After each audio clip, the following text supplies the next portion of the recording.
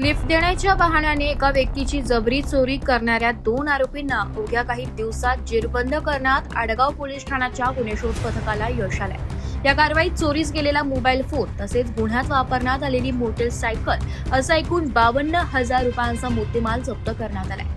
Police आयुक्त Sandeep Karnik, police उपायुक्त परिमंडळीक श्रीमती मोनिका राऊत तसेच सहाय्यक पोलीस आयुक्त पंचवटी विभाग शेखर देशमुख यांच्या मार्गदर्शनाखाली आडगाव पोलीस ठाण्याच्या पथकाने ही कारवाई केली। आडगाव पोलीस ठाण्यात जबरी चोरीचा गुन्हा दाखल करण्यात आला होता।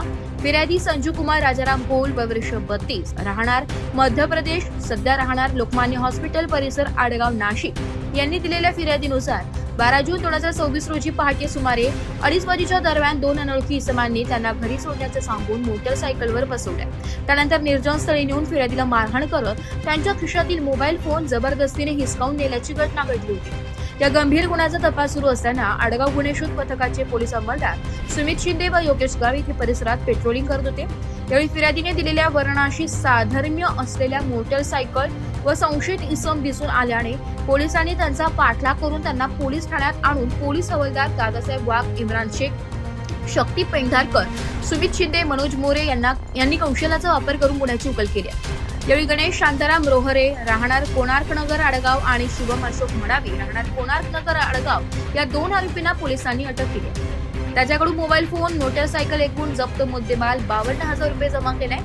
हे उल्लेखनीय कामगिरी पोलीस आयुक्त संदीप कर्णिक, पोलीस उपायुक्त परिमंडळीक श्रीमती मोनिका राऊत, सहाय्यक पोलीस आयुक्त पंचवटी विभाग शेखर देशमुख यांच्या मार्गदर्शनाखाली वरिष्ठ पोलीस निरीक्षक संजय पिसे, पोलीस निरीक्षक दिलीप राठोड, पोलीस निरीक्षक शिवाजी अहिरे, सहाय्यक पोलीस निरीक्षक निखिल बोंडे, पोलीस निरीक्षक दिलीप राठोड, पोलीस उपनिरीक्षक विकास पंचमुख तसेच गुन्हे शोध पथकाचे पोलीस हवालदार दादासाहेब वाघ, इम्रान शेख, पोलीस अंमलदार सुमित शिंदे, शक्ती पेंढारकर, मनोज मोरे, योगेश गावित आदी अधिकारी कर्मचारी यांनी पार पाडले। पुढील तपास पोलीस हवालदार इम्रान शेख करीत आहे। पोलीस स्टेशन गुन्हा रजिस्टर नंबर 235/2026 BNS 309/6 352 प्रमाणे 13/6 ला गुन्हा दाखल आहे। यातील फिर्यादी हे जत्रा चौफुली या ठिकाणी थांबलेले होते। त्यांना घरी जाण्यासाठी त्यांनी त्या ठिकाणी रिक्षाची वाट पाहत थांबलेले असताना 2 अनोळखी इसम त्या ठिकाणी आले।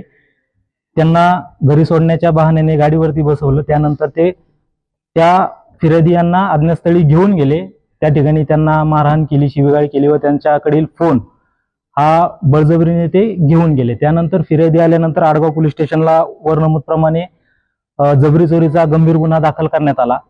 वरिष्ठांचे मार्गदर्शन सदर गुन्ह्याचे गांभीर्य पाहता लागलीच उघड करण्यासाठी आदेश देण्यात आले। त्यानंतर तपास पथकाचे अंमलदार सुमित शिंदे व पोलीस अंमलदार योगेश गावित हे पेट्रोलिंग करत असताना त्यांना वरील वर्णनाचे इसम तसेच ती मोटरसायकल दिसून आली। फिर्यादी त्यांच्या सहज असताना ते निष्पन्न झाल्यानंतर त्यांच्याकडे कसून चौकशी केली असता या आरोपींनी सदरचा गुन्हा केल्याची कबुली दिलेली आहे। तसेच आरोपी यामध्ये निष्पन्न होऊन त्यांनी कबुली दिल्याने त्यांच्याकडील एक रेडमी कंपनीचा मोबाईल जो फिर्यादीचा आहे तो, तसेच 40,000 रुपये किमतीची त्यांची हिरो होंडा कंपनीची जी गाडी होती ज्यावरती फिर्यादीला घेऊन गेले होते असा मुद्देमाल या गुन्ह्यामध्ये जप्त करण्यात आलेला आहे। तसेच यामध्ये 2 आरोपी आहेत, गणेश शांताराम नेहरे, राहणार कोणार्क नगर आडगाव नाशिक, तसेच शुभम अशोक मडावी या 2 आरोपींना। ब्युरो रिपोर्ट, नाशिक लोकशाही न्यूज, नाशिक।